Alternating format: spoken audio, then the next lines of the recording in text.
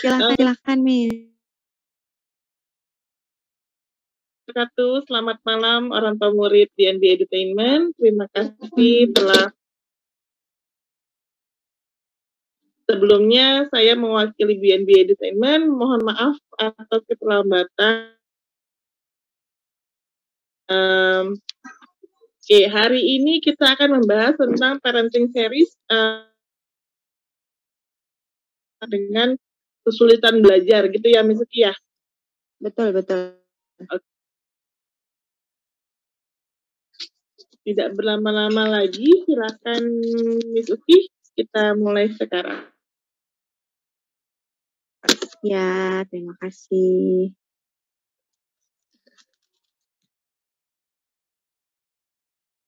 Assalamualaikum.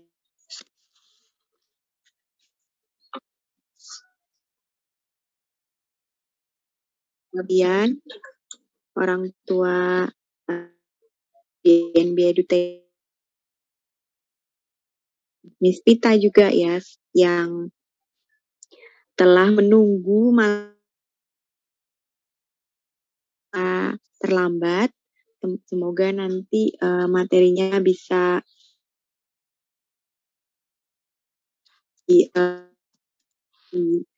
menjadi bermanfaat, semoga. Seperti yang disampaikan oleh Miss Mita tadi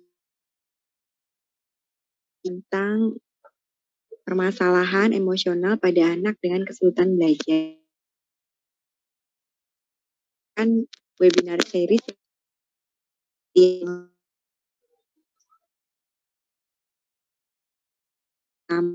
ya sempat jelaskan ya sama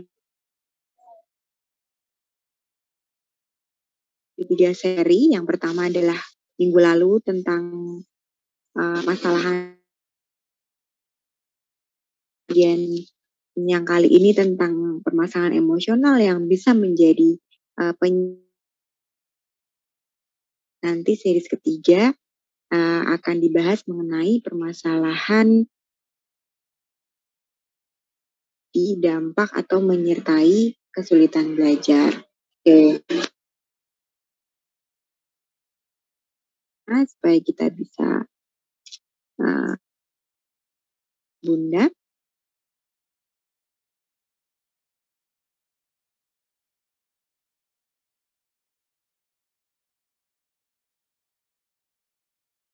Permasalahan emosional pada anak kesulitan belajar. Ada poin ya Ayah Bunda. Yang pertama, mengapa belajar itu gitu? Mengapa kita perlu mengetahui permasalahan jadi anak. Kemudian kita akan selanjutnya mengenal klasifikasi guru ataupun orang tua bisa melakukan deteksi dini atau identifikasi intervensi atau upaya untuk mengurangi gejala dan mengoptimalnya dengan permasalahan emosional yang mungkin muncul ini. Oke. Nah, poin pertama tadi ya yang kita bahas bersama, apa sih kaitan ilustrasinya di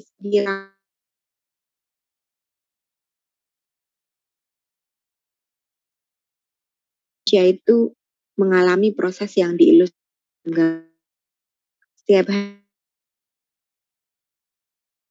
dengan alat kita melihat, kita mendengar, kita merasakan dengan alat kita, dengan alat indera. Nah, apapun yang masuk dan kita terima itu kemudian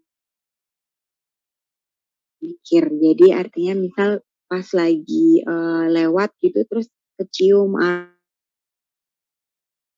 aroma mengingat kembali, ini aroma apa ya? Gitu. Wah, ini ternyata aroma parfumnya atau bau minyak wanginya seperti parfumnya si ini ya misalnya. Jadi proses berpikir di mereka dari apa yang sudah kita tahu sebelumnya. Jadi pengetahuan yang sebelum hal-hal baru yang kita dapat setiap hari, gitu kan. Baru kemudian hal-hal tersebut akan memicu timbulnya perasaan. Jadi, setelah mencium aromanya akan merasa senang juga ya, maksudnya perasaan kita akan terkondisi menjadi tenang, senang begitu. Hanya aromaterapi gitu ya, karena apa yang kita cium itu bisa mempengaruhi perasaan kita. Sampai pulang kerja, masuk ke rumah, rumahnya berantakan misalnya. Tapi gitu ya, itu akan memicu perasaan yang tidak enak gitu ya. Wah, capek-capek. Nah, itu adalah kaitan antara berpikir dan perasaan. Nah, apa yang kita rasakan lakukan ketika marah tentu bawaannya emosi gitu ya, penuh emosi, apa hentakan kaki atau memalingkan muka atau cemberut gitu. Nah, semua peristiwa yang kita alami itu memunculkan ingatan tertentu, mendorong munculnya tertentu gitu ya. Oke, selanjutnya emosi dan belajar itu saling berhubungan, seperti kalau kita itu berada di dalam lift, elevator gitu ya, dan menggerakkan kita naik turun itu adalah emosi kita. Ya, emosi yang membawa kita ke suatu tempat yang berbeda kan. Nah, jadi ibaratnya emosi positif di tempat yang paling tinggi, ke lantai yang paling tinggi. Sementara emosi negatif itu paling bawah ke lantai yang paling dasar. Mungkin kalau disebut ayah bunda bayangkan kalau berada di basement itu kira-kira ada sinyal ke lantai yang paling bawah itu makin kuat atau makin lemah? Ini adalah ilustrasi bagaimana kaitan antara emosi yang kita rasakan dengan kalau misalnya paling bawah sinyalnya semakin lemah, ya kita susah menghasilkan ide yang memecahkan masalah gitu. Maka ilustrasinya di sini emosi negatif itu akan membawa kita ke dalam proses belajar, yaitu blank, nggak fokus, dan nggak paham atau tapi kalau sinyalnya lemot ibaratnya gitu ya. Tapi sebaliknya kalau kita makin kuat atau makin lemah. Nah, tentu sinyalnya semakin kuat ya. Nah, emosi yang positif itu akan mendorong kita untuk bisa lebih memahami masalah ya atau ilustrasi tentang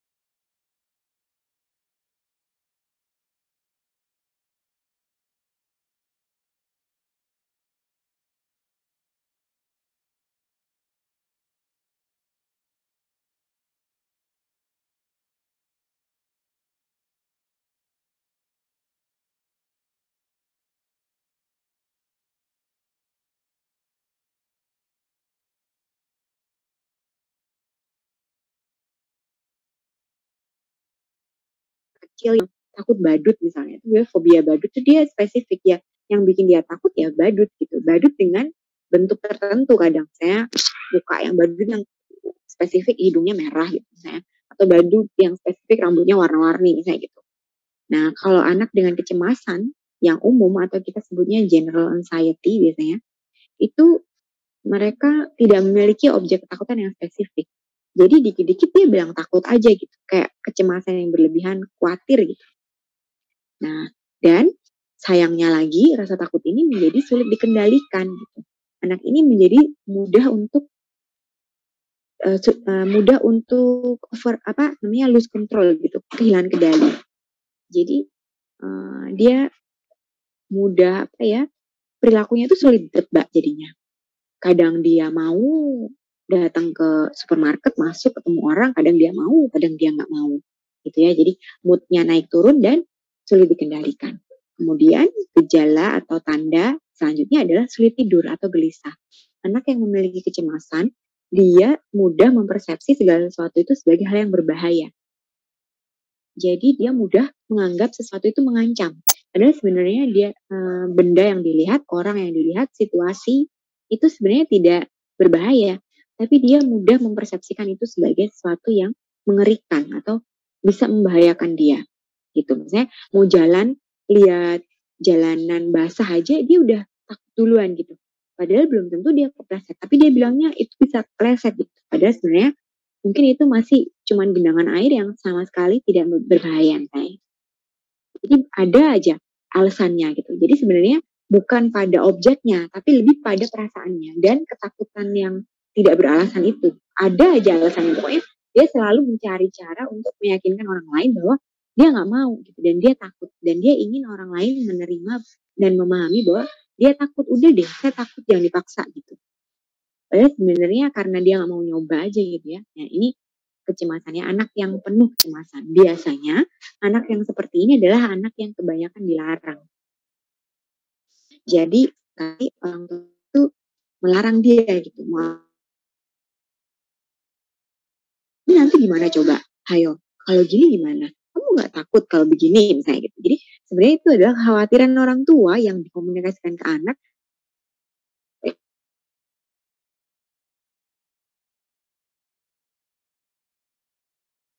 Punya pengalaman pernah ke pap. Maaf, Miss, putus-putus suaranya. Hal dengan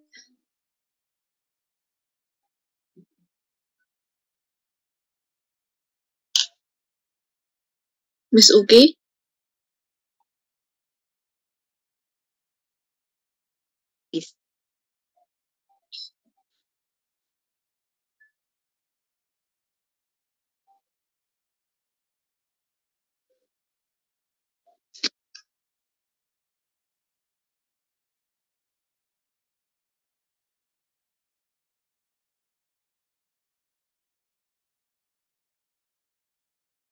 Halo?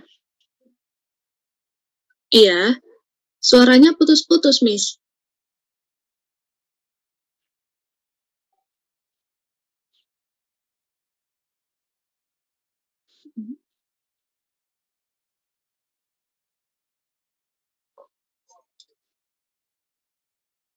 Baik, sebentar ya Ayah Bunda. Sepertinya oke, ada gangguan sinyalnya punya Miss Uki. Udah bisa, Miss?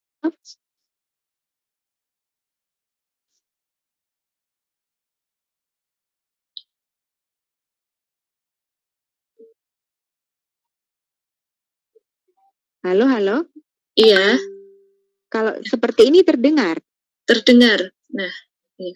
Terdengar ya? Bisa ya? Saya Bisa. lanjutkan ya. Oke.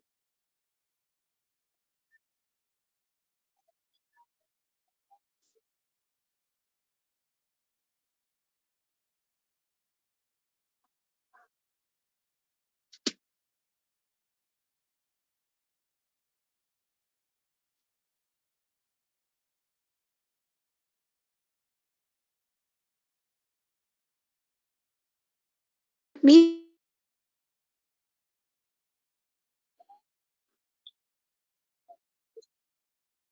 Gimana Miss Uki?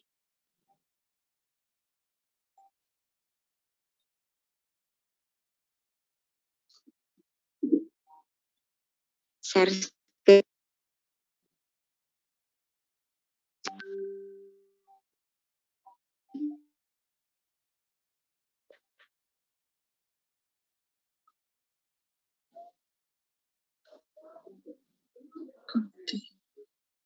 Halo, share screen-nya terlihat nih. Share. Iya, udah terlihat nih.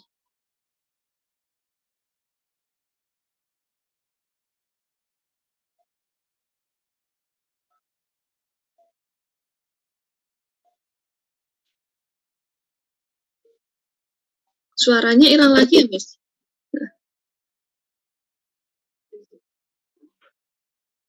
Iya. Miss Uki? Oh.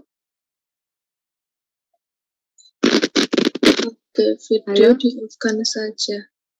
Oke. Halo, ya. Sudah terdengar? Sudah. Oke, baik. Ya. Nah, ini kecemasan berpisah ayah bunda. Saya lanjut ya ayah bunda. Ini kecemasan berpisah ilustrasinya seperti ini. Ayah bunda pernah mengalami pengalaman seperti ini atau pernah lihat seorang anak yang kalau mau ditinggal narik baju mamanya terus. Biasanya ini terjadi pada saat berada di tempat yang baru ya.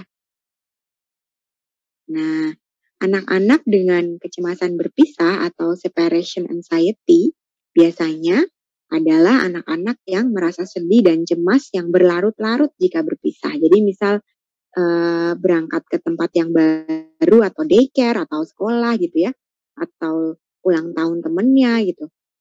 Mau ditinggal itu nggak mau gitu ya. Dia sedih, cemas, nangis gitu. Terus nggak mau ditinggal gitu. Jadinya pada saat dia mau dilepas di lingkungan yang baru, dia akan menunjukkan reaksi emosi yang berlebihan. Nah, alasannya biasanya untuk anak yang lebih besar, kalau dia ditanya kenapa begitu, itu biasanya anak-anak ini merasa bahwa kalau ditinggal dia bisa mengalami kejadian yang tidak diinginkan gitu. Misalnya nanti kalau saya ditinggal, mama nggak jemput lagi gimana gitu ya. Seolah-olah ditinggal orang tuanya itu dalam kondisi yang lama gitu dan bisa aja nggak dijemput lagi gitu ya. Jadi itu seolah-olah bahaya yang sangat ekstrim begitu. Padahal sebetulnya itu hal yang biasa terjadi. Nah ini kenapa saya tadi juga menghubungkan dengan perasaan cemas, karena perasaan cemas itu sesungguhnya adalah suatu perasaan yang muncul karena pemikiran bahwa hal yang ada di hadapan kita itu adalah hal yang membahayakan atau mengancam. Jadi seketika kita merasa bahwa ada hal yang bahaya atau mengancam, maka itulah kecemasan itu muncul gitu. Nah, dalam hal ini kalau anak takut berpisah itu atau cemas berpisah itu karena dia merasa bahwa berpisah itu adalah sesuatu yang tidak bisa terjadi. Itu bisa membahayakan dan itu mengancam keselamatannya. Gitu.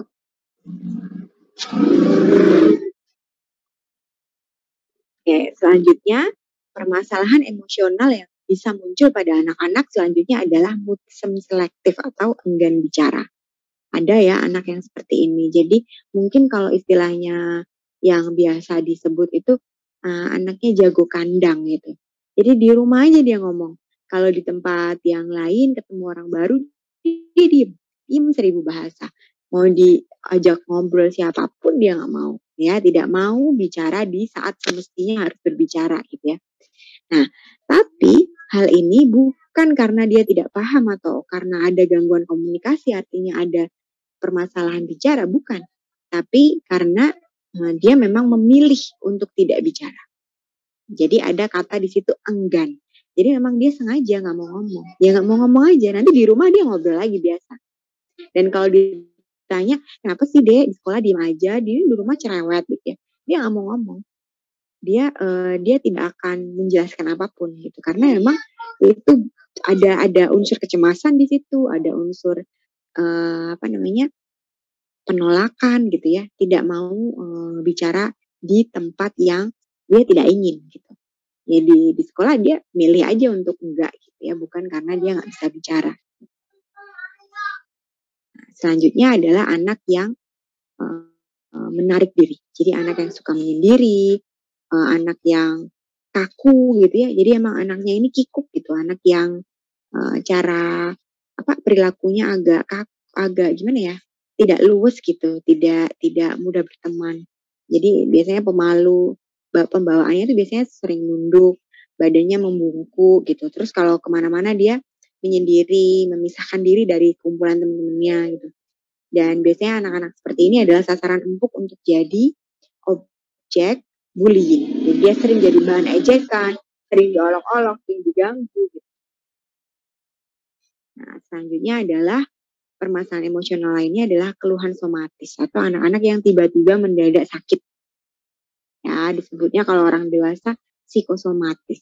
Jadi anak ini sering mengeluh sakit tapi sebenarnya nggak ada masalah apapun. Dia sebenarnya nggak diare, nggak punya mah, tapi selalu mengeluh sakit, sering mengeluh sakit. Terus tiba-tiba pusing, tiba-tiba capek gitu ya, misalnya dia bilang mengeluh capek atau yang lain, itu adalah bentuk keluhan somatis yang muncul sebagai penyerta kecemasan. Jadi biasanya misal si anak ini disuruh maju, nah dia tiba-tiba sakit perut tuh, disuruh maju ke kelas gitu ya. Atau pada saat kelas online juga bisa seperti itu. Pas ditanya, Nina mana ya, Nina misalnya gitu, namanya Nina gitu kan. Nina mana ya Nina, dia sakit perut Bu, jangan saya gitu, saya nggak bisa, saya sakit perut nih gitu. Padahal sebenarnya dia bisa gitu, dan dia tidak sakit perut. Bukan semata-mata berbohong ya, jadi ada memang anak yang tiba-tiba merasa sakit perut ketika sedang tegang gitu. Bisa aja tiba-tiba pusing, pingsan gitu kan ketika dia tegang. Nah ini adalah keluhan somatis yang tidak bisa dijelaskan secara medis, tapi muncul sebagai respon psikologis. Nah ini selanjutnya anak yang enggan ke sekolah, tapi ini settingnya mungkin sekolah yang harus berangkat sekolah gitu ya. Nah dia tidak mau dengan berbagai alasan, dan juga ini biasanya merupakan lanjutan dari kecemasan berpisah. Anak-anak yang biasanya tidak mau berpisah dari orang tuanya, memiliki kelekatan yang berlebihan dengan orang tuanya, dia akan enggan berada di lingkungan lain, termasuk di situ sekolah. Dia tidak mau berpisah atau melakukan aktivitas lain yang tidak ditemani oleh orang tuanya, gitu ya. Selanjutnya adalah anak yang mengalami stres pasca trauma. Mohon maaf, kondisi seperti ini ya, pandemi, mungkin beberapa anak mengalami ini ya, kehilangan orang tuanya atau kehilangan orang-orang terdekat yang disayangi. Anak-anak bisa mengalami stres pasca trauma. Biasanya anak-anak yang stres pasca trauma itu bisa menjadi sensitif, terlalu tegang, menarik diri, dan waspada. Lebih waspada ini bisa jadi mengarah ke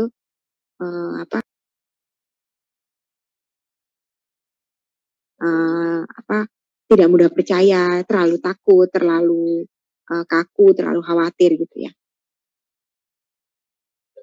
Nah, selanjutnya adalah bipolar, perubahan suasana hati. Nah, di sini tanda-tandanya jelas ya.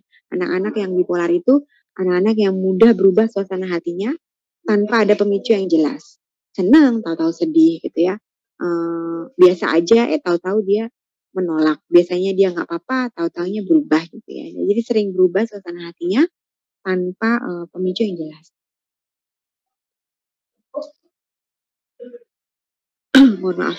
Baik, selanjutnya permasalahan emosional dengan anak kesulitan belajar yang kita bicarakan selanjutnya adalah tentang identifikasi atau cara orang-orang di sekitar anak-anak untuk mengenali gejalanya dan juga melakukan sesuatu sesudahnya ya. Kalau dalam hal ini konteksnya sekolah online, guru pun bisa terlibat dalam proses ini.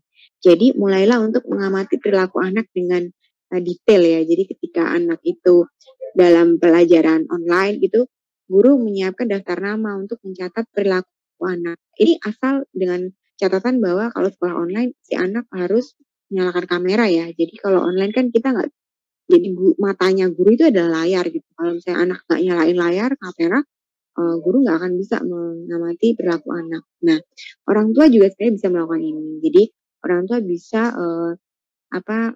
mengidentifikasi gitu ya apa saja yang terjadi pada anak. Yang bisa dilakukan yang pertama adalah psikoedukasi ya, yang saya lakukan saat ini adalah psikoedukasi. Jadi memberi pengetahuan, memberikan catatan begitu apa-apa saja yang menjadi karakteristik sehingga punya pengetahuan yang baru tentang masalah emosional.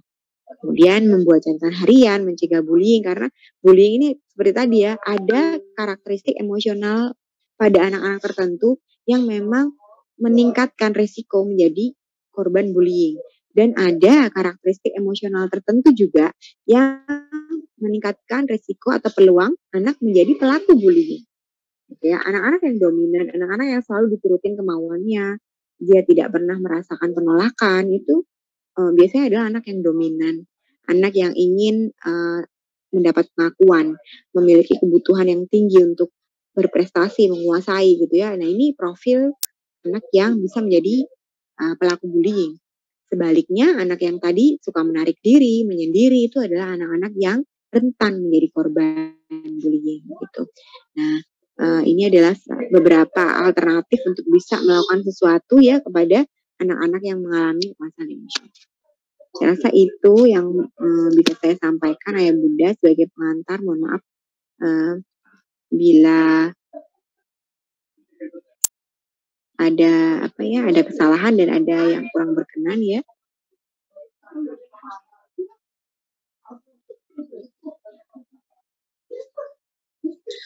Baik, Ayah Bunda, itu tadi ya pemaparan materi dari Miss Uki. Mungkin ada yang ingin ditanyakan. Oh, ini ada satu nih Miss Uki dari Bunda Anis.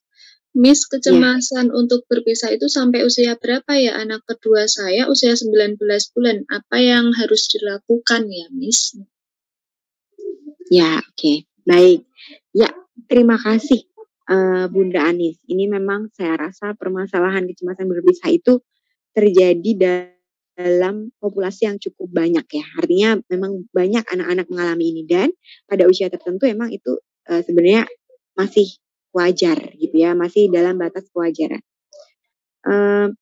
Pada usia 2 hingga 3 tahun memang anak-anak itu berada pada perkembangan sosio-emosional yang masih mendasar gitu ya. Jadi anak-anak di usia ini secara sosio-emosional memang masih mencari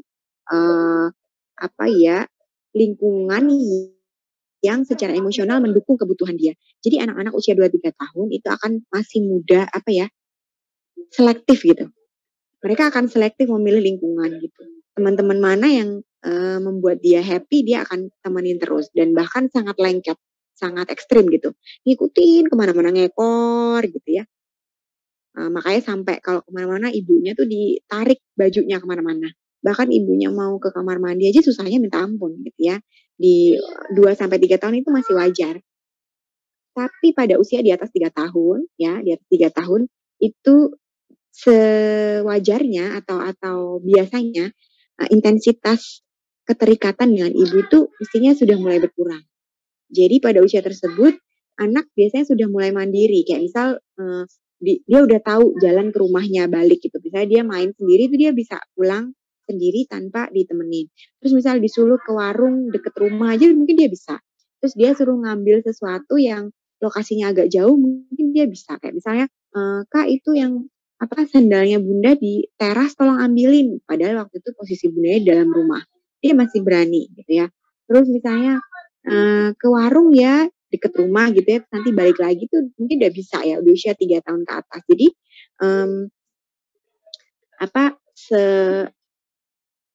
semestinya pada usia tersebut intensitas untuk lengket sama orang tua itu sudah mulai berkurang. Jadi kalau pada usia 3,5 ke atas kok masih bertahan dengan intensitas yang cukup tinggi, artinya masih tantrum, masih nangis berat gitu. Kalau ditinggal itu masih kayaknya sedih banget, kayak bener-bener ditinggal jauh banget dan gak akan dijemput gitu. Jadi kayak dia ekstrim mempersepsikan, merespon situasi itu. Ini kayaknya sudah perlu diwaspadai ya Bunda. Artinya berarti ada sesuatu yang ketakutan yang dia rasakan dan perlu segera diatasi gitu. Ada sumber ketidakpercayaan. Jadi anak-anak ini akan belajar untuk mempercayai lingkungan dari interaksi dia dengan orang tuanya. Jadi orang tua yang sering nakut-nakutin, kemudian orang tua yang sering nggak percaya dia bisa mandiri misalnya gitu ya, orang tua yang sering mengancam, nanti kalau sendiri keluar rumah diculik loh, misalnya gitu ya.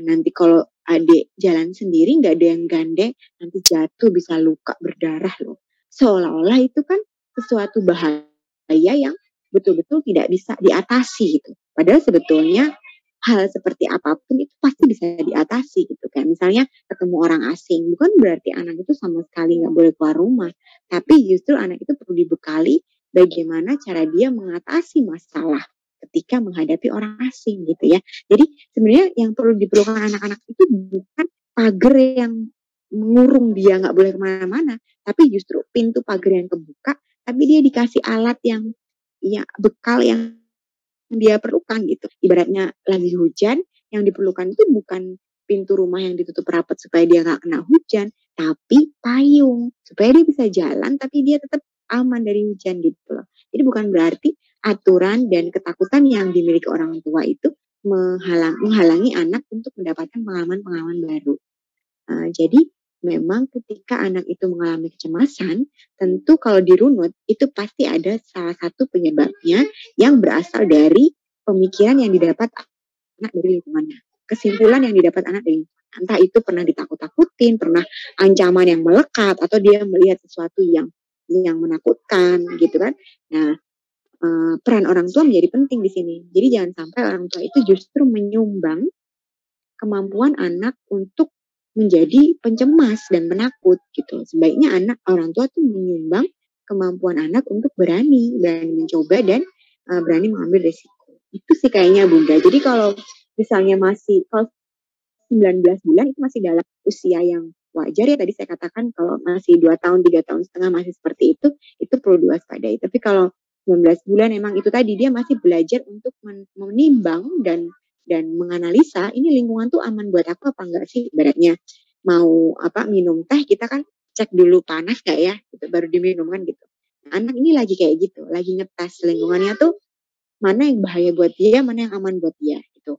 Justru itu adalah proses belajar. Nah, di dalam proses ini saya harap ayah bunda mendampinginya dengan menyampaikan segala sesuatu itu sesuai faktanya. Jadi katakan nanti ada sekolah ke daycare misalnya. Nanti ada ke daycare, bunda kerja ya. Nanti jam 4 bunda jemput dedek misalnya. Nah, kalau seperti itu usahakan konsisten ayah bunda dan tepat waktu. Jadi dengan begitu malah banyak sekali yang bisa dipelajari loh, nggak cuma kemandirian dan keberanian. Anak juga belajar waktu, karena anak jadi bisa lihat jam, oh itu angka 4 gitu. Oh jam 4 bunda pulang, bunda jemput aku ke sini gitu. Jadi dia jadi belajar banyak hal, tidak hanya kemandirian gitu ya.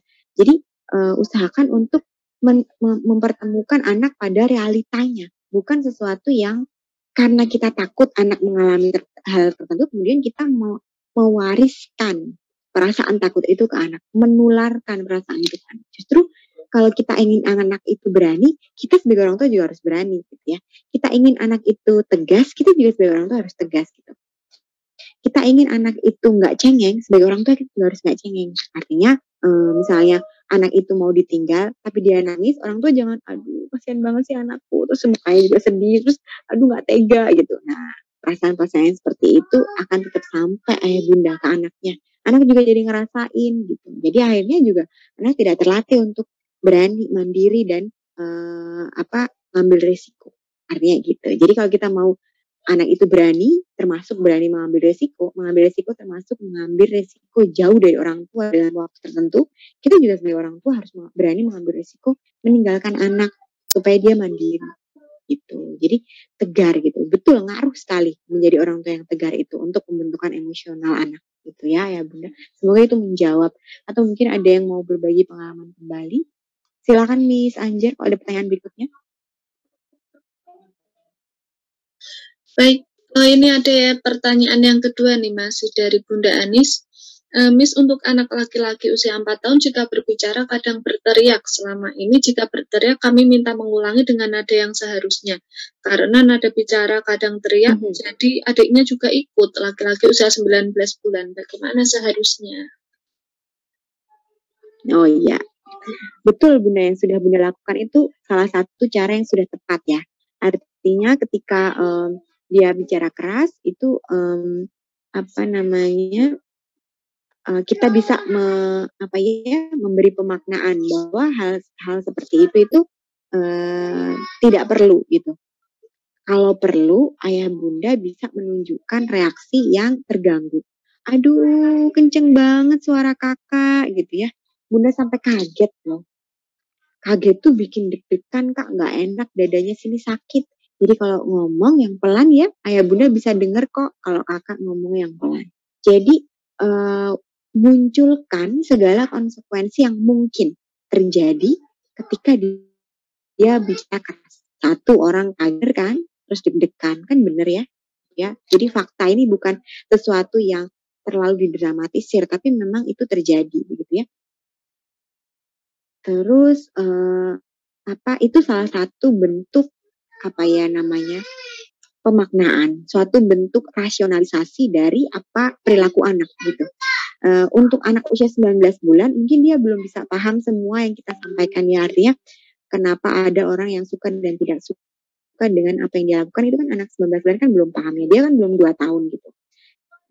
Pemahaman dia itu masih seputar suka nggak suka orang lain tuh menerima dia atau tidak, terus cari perhatian gitu kan, masih begitu ya anak usia segitu. Jadi kalau misalnya ada dia teriak, mungkin itu karena dia ingin diperhatikan. Jadi bisa aja kayak keras banget, bunda kaget gitu ya. Kalau ayah bunda sukanya kalau kakak bicaranya pelan gitu. Jadi nanti kalau bicaranya pelan ayah bunda senang gitu ya misalnya. Jadi mungkin pakai bahasa-bahasa tertentu yang menyampaikan bahwa dia tidak harus seperti itu. Di bahasa-bahasa tertentu yang anak segitu bisa paham ya.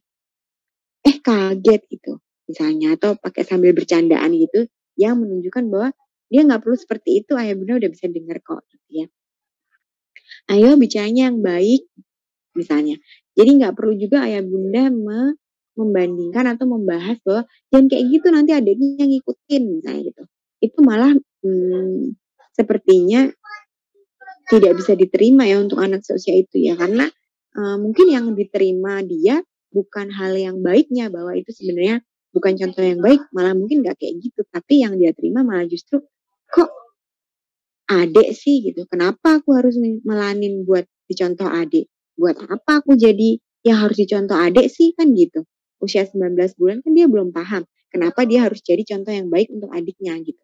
Yang dia tahu hanya kasih sayang orang tua. Jadi mungkin yang putranya bunda ini mungkin dalam rangka mencari perhatian ya bun, atau mungkin dia merasakan suatu emosi di mana dia memiliki saudara lain nih sekarang di rumah yang mengharuskan dia berbagi kasih sayang, yang dia mungkin belum paham sepenuhnya tentang konsep yang abstrak ini ya, tapi dia baru berusaha untuk memahami gimana sih caranya supaya aku mendapat perhatian sebanyak dulu sebelum ada adik gitu. Mohon maaf ya, mungkin ini yang menjadi pemikiran dia, karena ini saya tidak bisa membaca pemikiran anak usia 19 bulan ya Bun. Dalam arti ini adalah bentuk saya menyimpulkan perilaku gitu. Jadi dari perilaku anak seusia itu apa sih yang sekiranya menjadi pikiran dia gitu. Sehingga perilakunya muncul seperti itu. Itu bisa salah satu kemungkinan ya Bun. Mungkin dia memang sedang meminta perhatian gitu, karena dia merasa ada orang lain yang ternyata juga diperhatikan ayah bunda gitu. Mungkin pernah dalam suatu waktu dia melihat adiknya menangis kencang dan akhirnya ayah bunda nengok dan merhatiin adiknya, sehingga mungkin itu membentuk kesimpulan bahwa berarti aku harus suaranya kencang juga supaya ayah bunda merhatiin aku gitu. Di usia seperti ini kan cara berpikirnya masih konkret ya, jadi dia masih menyimpulkan itu berdasarkan apa yang dia lihat, apa yang dia dengar, apa yang dia pegang gitu. Jadi kesimpulan-kesimpulan itu masih berdasarkan yang betul-betul dia alami gitu. Jadi dia belum bisa memikirkan konsekuensinya nanti kayak gimana kira-kira ke depan gitu. Terus kalau saya gini nanti ayah bunda suka nggak ya? Terus kalau kayak gini kira-kira boleh nggak ya? Kalau minta permen boleh nggak ya? Kenapa ya aku nggak boleh makan permen kayak gitu kan? Dia belum tahu. Makanya anak kecil kalau dilarang makan permen nggak ada yang nurut. jangan makan permen ya, nanti giginya sakit. Lah orang dia giginya nggak sakit, dia nggak pernah ngerasain giginya sakit, dia nggak pernah tahu gigi sakit itu kayak gimana. Anak kecil kan emang nggak sakit gigi ya Bun, biasanya dia langsung keropos terus lepas deh kan gitu.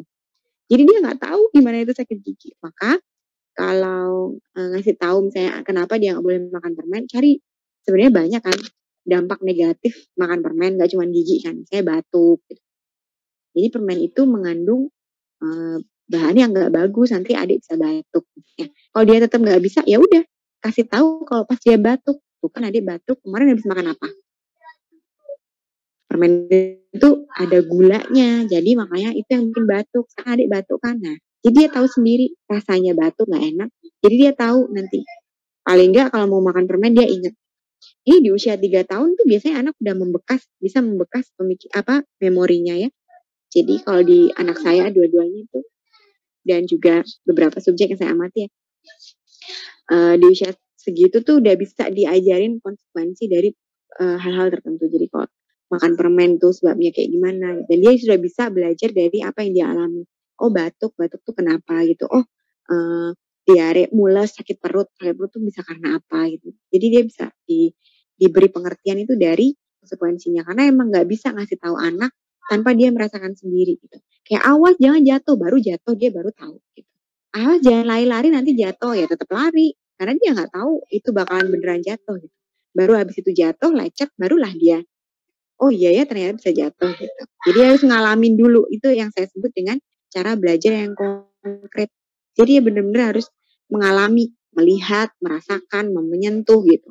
Baru dia percaya gitu. Mungkin itu Miss Anjar, semoga menjawab ya Bunda. Baik, Miss Uki. Pertanyaan yang selanjutnya dari Bunda Rini.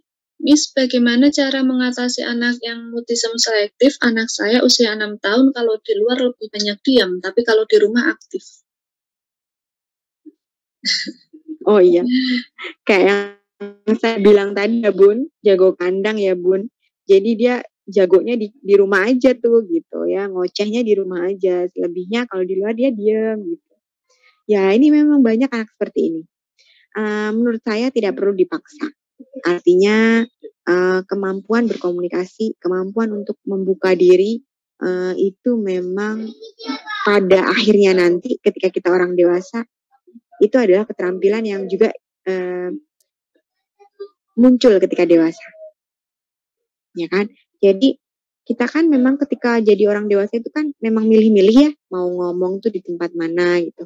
Terus ketika ada teman yang tidak disukai kan kita cenderung diam, nggak usah ngomong, males gitu. Tapi kalau di lingkungan yang menerima kita, yang memang mendukung, membangun gitu ya, itu kita akan lebih ekspresif. Biasanya gitu ya. Jadi semakin dewasa memang kita berhak untuk memilih dan menentukan bagaimana kita bersikap, kan seperti itu. Tapi mengapa pada anak-anak mutisme selektif itu menjadi suatu kondisi yang harus diwaspadai? Karena itu tadi, anak yang tadi saya sampaikan juga bahwa anak-anak itu sejatinya adalah makhluk yang mestinya bisa menikmati kondisi apapun. Karena dia sedang dalam tahap eksplorasi. Jadi mestinya dia dicemplungin di mana aja tuh, mestinya dia enjoy gitu loh. Karena anak itu memang belum punya banyak pikiran kayak orang dewasa tadi ya. Jadi masih mau nyoba, masih nggak mau, mungkin masih nggak mempertimbangkan resiko, masih spontan gitu. Jadi kalau anak yang kebanyakan mikir dan banyak pertimbangan itu justru aneh kan gitu ya. Nah makanya anak yang selektif ini adalah bentuk kecemasan yang akibat dari suatu kecemasan yang menunjukkan bahwa sebenarnya itu tidak harus terjadi. Apalagi di usia itu. Karena mestinya anak usia itu kan ekspresif gitu. Nah, dengan mengetahui penyebab ini, ayah bunda bisa menentukan cara yang pas sesuai dengan karakternya, gitu ya. Apa yang dia sukai, gitu. Jadi mungkin memang kenapa dia nggak mau terlibat itu karena memang dia tidak menganggap itu menarik. Mulailah dipancing sama hal yang dia sukai. Anak-anak mutisme selektif bisa keluar satu kata itu mujizat Bun. Jadi kayak misalnya dia suka mewarnai gambar misalnya, atau dia suka tokoh tertentu yang dia biasanya kalau di rumah tuh ceriwis banget nyeritain. Coba aja dirangsang dengan cara seperti itu, artinya dipancing ya. Oh ini tante punya ini nih gitu. coba ini apa dek, terus dia diam aja. Ya, yang nyoba, yang mancing-mancing ini juga jangan kelihatan sebel ya. Kalau misalnya dia lagi berusaha menarik perhatian anak, tapi terus kemudian jadi sebel karena ini anak kok diam aja sih, udah ajakin guyon kok diam aja gitu. Terus yang ngajakin guyon terus jadi ikutan sebel, itu si anak juga kerasa loh. Jadi kalau misalnya kita memang ingin menarik perhatian dia, ya jadilah orang yang menarik juga gitu. Jadi tidak menyerah, tetap menyenangkan, walaupun dia menolak, walaupun dia cemberut, kita tetap berusaha mencairkan suasana gitu ya. Memang tidak mudah untuk menjadi icebreaker pada anak-anak yang seperti ini ya. Emang dia seperti es kan, kaku, jadi harus butuh ice breaking gitu ya. Jadi mulailah pancing dengan hal-hal yang disukai dulu. Gitu. Tapi tidak perlu dipaksakan, tidak perlu ditarget sih, karena secara umum karena anak ini muncul kecemasan karena menganggap bahwa lingkungan itu berbahaya dan bisa membahayakan dia atau menunjukkan penolakan. Jadi biasanya anak-anak yang autism selektif itu mungkin pernah punya pengalaman gitu, sering disuruh diem atau enggak sering disalahin gitu, dibantah gitu. Enggak kayak gitu, bukan gitu. Jadi sering dilarang juga. Jadi dia kayak ragu gitu. Sebenarnya itu ekspresi yang ragu, mau ngomong apa ya, nanti kalau ngomong gini jangan salah. Nah, cara mengatasinya adalah dengan menghilangkan hal yang bisa membentuk persepsi bahwa lingkungan tersebut membahayakan. Makanya tadi saya katakan untuk menciptakan bagaimana supaya semenyenangkan mungkin gitu. Dia akan luntur, dia akan melunak gitu setelah melihat bahwa oh ya ternyata menyenangkan ya, oh ternyata nggak bahaya ya, oh ternyata ketika aku mencoba seperti ini orang bisa terima, orang bisa ketawa misalnya, atau orang bisa menanggapi apa yang aku sampaikan gitu. Nah dengan begitu dia akan lebih percaya diri untuk dan menghilangkan kecemasannya itu ketika dia diminta berbicara ya, mungkin seperti itu. Baik, Miss. Oke, yang selanjutnya dari bundanya Dipa ini. Miss, takut berlebihan yang perlu diwaspadai seperti apa ya, Miss? Anak saya 3,5 tahun sering merasa takut kalau lihat hewan kecil atau hewan yang jarang dia lihat. Takut berkumpul sama teman-temannya, takut di tempat yang terlalu ramai dan berisik. Oke. Baik, terima kasih Bunda pertanyaannya, menarik sekali ya. Dan itu jenis ketakutannya cukup banyak ya. Tempat rame, terus ada teman yang baru, benda asing gitu ya. Benda, hewan, benda, orang, segala sesuatu yang baru dan asing, itu memang menimbulkan stres kok, wajar. Kalau hal yang baru dan menuntut kita untuk menyesuaikan diri itu menimbulkan stres itu ya benar. Karena bahkan sampai sekarang kita dewasa pun, untuk bisa beradaptasi dan menyesuaikan diri itu kan emang kita kan biasanya stres dulu ya Bun. Kayak contoh awal pandemi ini. Wah denger corona aja kita kan nggak tahu corona itu apa. Hal yang baru kan pasti bikin stres ya. Baru maksudnya deg-degan gitu. Ini apaan sih sebenarnya, bahaya beneran nggak ya, bikin meninggal nggak ya, bisa bikin sesak napas nanti terus gini dan lain-lain. Nah itu kan salah satu, mohon maaf ya sebentar.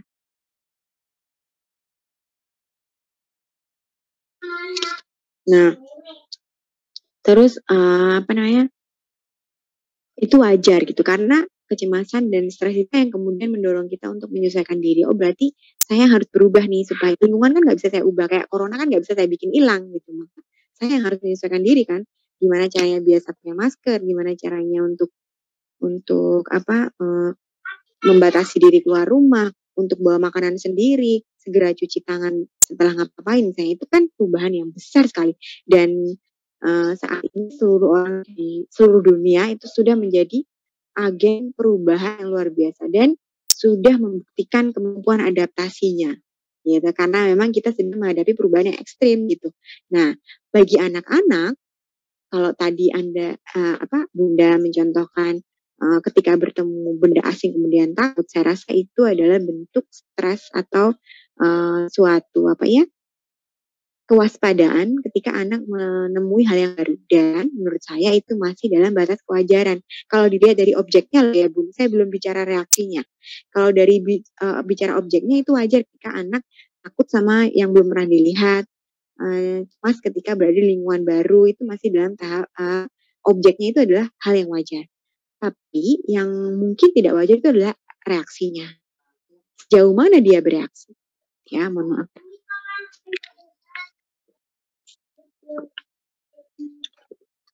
Kalau kemudian reaksinya itu saya menangis, kemudian meminta bantuan, tolong bunda aku takut, nggak mau aku misalnya gitu. Berarti kan dia masih bisa mengekspresikannya kalau dia takut. Nah, ayah bunda perlu memberikan respon yang menerima ketakutan. Jangan sekali-kali menganggap hal itu remeh hanya karena kita sebagai orang dewasa menilai hal tersebut tidak selayaknya menjadi objek yang harus ditakuti. Ya, karena dengan begitu dampaknya adalah anak merasa dia tidak dihargai dan dipercaya. Bukan sekedar kalau mungkin ayah bunda merasa bahwa apa sih anak cengeng banget, cuman begini aja takut. Dan mungkin maksud ayah bunda adalah mengajarkan supaya dia berani. Tapi caranya tidak seperti itu. Caranya justru adalah dengan menyatakan bahwa oke, sekarang kamu boleh takut. Kamu harus membuktikan bahwa sebenarnya tidak menakutkan. Gitu. Ibaratnya dia tahu sama ini, nggak apa-apa, ditunjukin aja ini loh, nggak apa-apa. Cek dia untuk megang, untuk mendapat pengalaman langsung. Sekali lagi, cara belajar anak adalah konkret. Jadi dia memang harus megang, harus lihat, harus sentuh gitu ya. Saya lihat capung, kalau ayah bundanya takut capung, ya udah biar ayahnya pegangin gitu. Ini coba pegang kupu-kupu misalnya, pegang gitu. Supaya dia tahu bahwa itu sebenarnya tidak berbahaya gitu ya.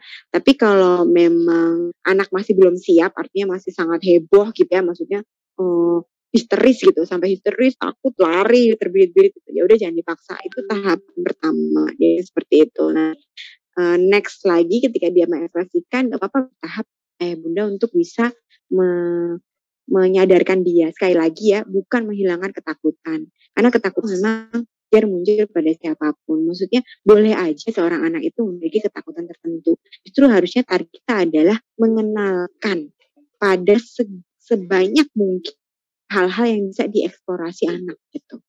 Ya, jadi tujuan dan misi orang tua adalah mengenalkan sebanyak mungkin, bukan untuk membuat anak menerima semuanya, tidak. Karena memang boleh anak itu memilih mana yang dia suka, mana yang enggak gitu. Jadi kalau misal ada yang dia emang nggak suka ya nggak apa-apa gitu. Tapi kewajiban orang tua adalah kenalin dulu. Kalau ternyata setelah dikenalin dia nggak suka ya udah nggak apa-apa gitu maksudnya. Jadi usahakan untuk mengenalkan pada anak bahwa hal yang dia tadi takutkan itu belum tentu memang berbahaya seperti yang dia pikirin gitu. Seperti itu ya Bunda ya, semoga menjawab. Atau ada pertanyaan lain? Baik, ini dari Bundanya Dastan, ada yang mau ditanyakan mungkin? Iya Bunda, silahkan. Atau tidak? Oke, baik. Gimana Bu? Ada pertanyaan lagi? Sudah ya, sudah ditanyakan semua, sudah dijawab semua. Iya sudah. Oh ini Dastan melihat hamster ada suara pusing. Oh ini jangan-jangan yang mengetik ya, bukan bundanya. Iya, mungkin Dastan. Oke. Baik, kalau sudah tidak ada pertanyaan, mungkin untuk sesi parenting pada malam hari ini cukup sampai di sini dulu ya. Terima kasih untuk Miss Uki atas penjelasan materinya, dan terima kasih juga untuk ayah dan bunda yang sudah hadir dalam sesi parenting pada malam hari ini. Mohon maaf apabila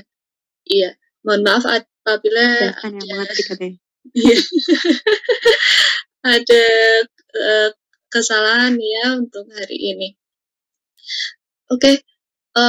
Saya tutup ya sesi parenting pada malam hari ini ya, Miss Uki. Terima kasih.